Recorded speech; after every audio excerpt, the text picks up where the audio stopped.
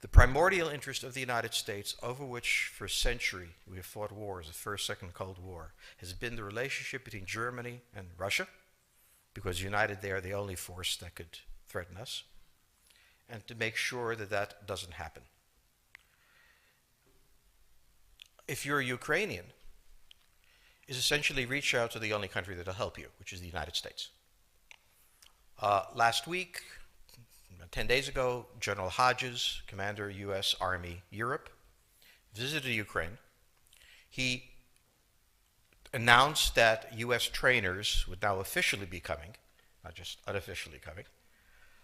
He actually pinned medals on Ukrainian fighters, which by protocol of the military is not the way. Foreigners don't get to pin on, medals, but he did, showing that this was his army.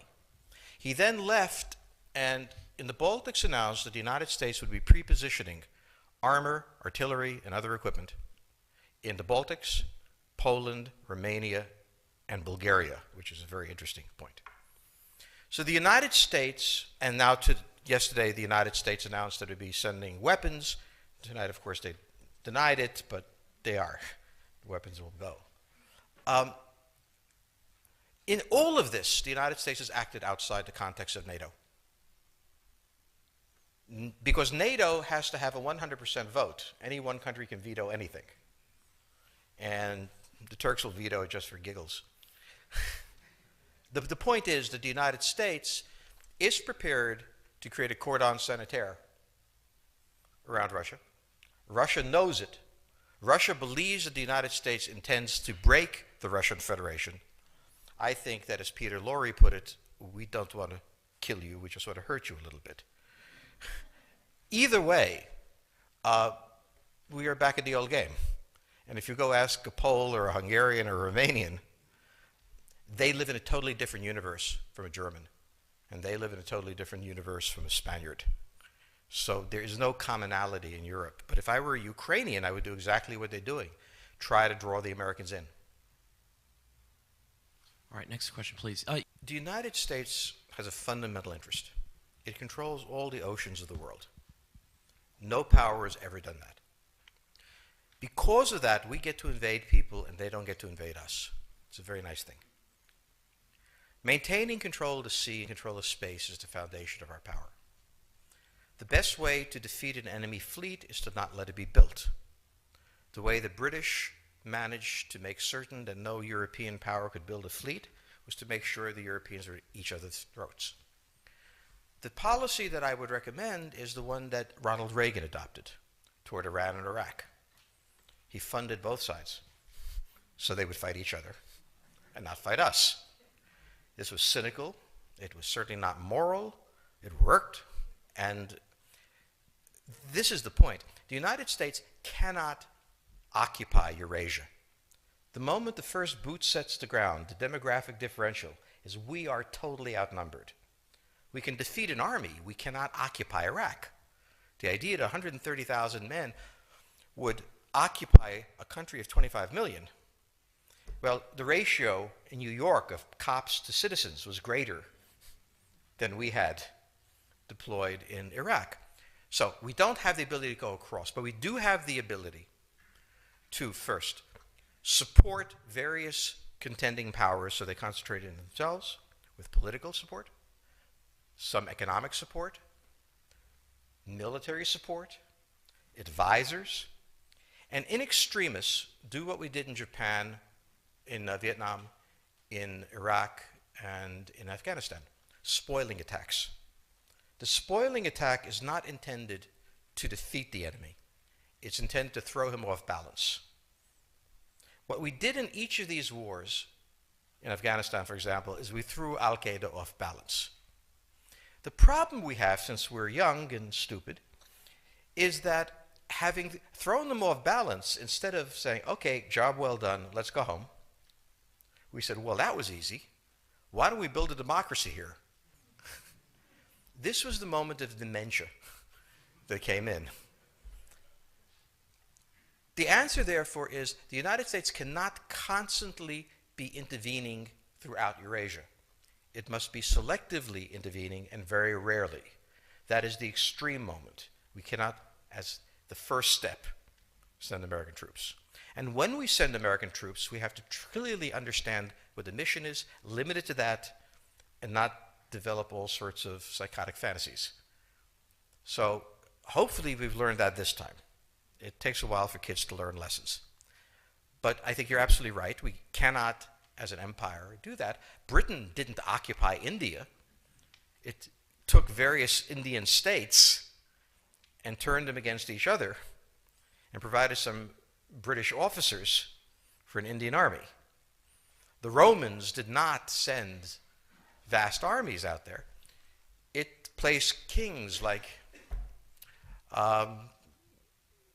various kings it created under the emperor, and those kings were responsible for maintaining the peace. Pontius Pilate was an example. So empires that are directly governed by the empire, like the Nazi Empire, fail. No one has that much power. You have to have a level of cleverness. However, our problem is not yet that. It is actually admitting that we have an empire. So we haven't even gotten to that point where we don't think we can kind of go home and it'll be over and done. And so we're not even ready for chapter 3 of the book. The United States had staged a series of colored revolutions throughout the Russian periphery, one of which was in the Ukraine, the Orange Revolution. And the Russians saw in this Orange Revolution the intent of the Americans to destroy the Russian Federation. Why else would the United States be underwriting groups to demonstrate, they said. The United States at this time was bogged down in Iraq and Afghanistan, Mali, and any other place you could think of. The purpose of the invasion of Georgia, an ally of the United States, was simply this, to say, this is what an American guarantee is worth. To look at the Ukrainians and say, you want to be an American ally? So did the Georgians. Enjoy. The question on the table for the Russians is, will they retain a buffer zone that's at least neutral? Or will the West penetrate so far in the Ukraine that they're 70 miles away from Stalingrad and 300 miles away from Moscow? For Russia, the status of Ukraine is an existential threat. And the Russians cannot let go. For the United States, in the event that Russia holds onto the Ukraine, where will it stop? Therefore, it's not an accident that General Hodges, who's been appointed to be blamed for all of this, is talking about prepositioning troops in Romania, Bulgaria, Poland, and the Baltics. This is the intermarium, from the Black Sea to the Baltic, that Pilsudski dreamt of. This is the solution for the United States.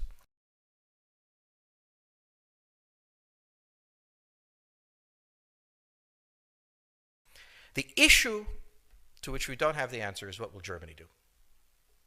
So the real wild card in Europe is that as the United States builds this cordon sanitaire, not in Ukraine, but to the west, and the Russians try to figure out how to leverage the Ukrainians out, we don't know the German position. Germany is in a very peculiar position. Its former Chancellor, Gerhard Schroeder, is on the board of Gazprom. They have a very complex relationship to the Russians. The Germans themselves don't know what to do. They must export. The Russians can't take up the export. On the other hand, if they lose the free trade zone, they need to build something different. For the United States, the primordial fear is Russian capital, Russian technology, German technology and German capital, Russian natural resources, Russian manpower, as the only combination that has for centuries scared the hell out of the United States. So how does this play out? Well, the U.S. has already put its cards on the table. It is the line from the Baltics to the Black Sea.